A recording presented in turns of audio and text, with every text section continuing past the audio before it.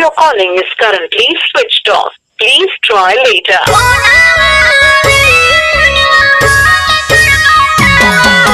Switched off.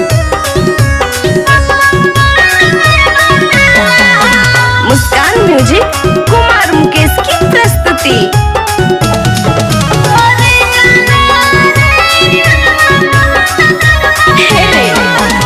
अपन आदत लगाई के गे भी अब कुछ नहीं भाव हो। अपन आदत लगाई के गे भी अब कुछ नहीं भाव हो। सोनावा रे फोनवा बहन तोर बताव हो।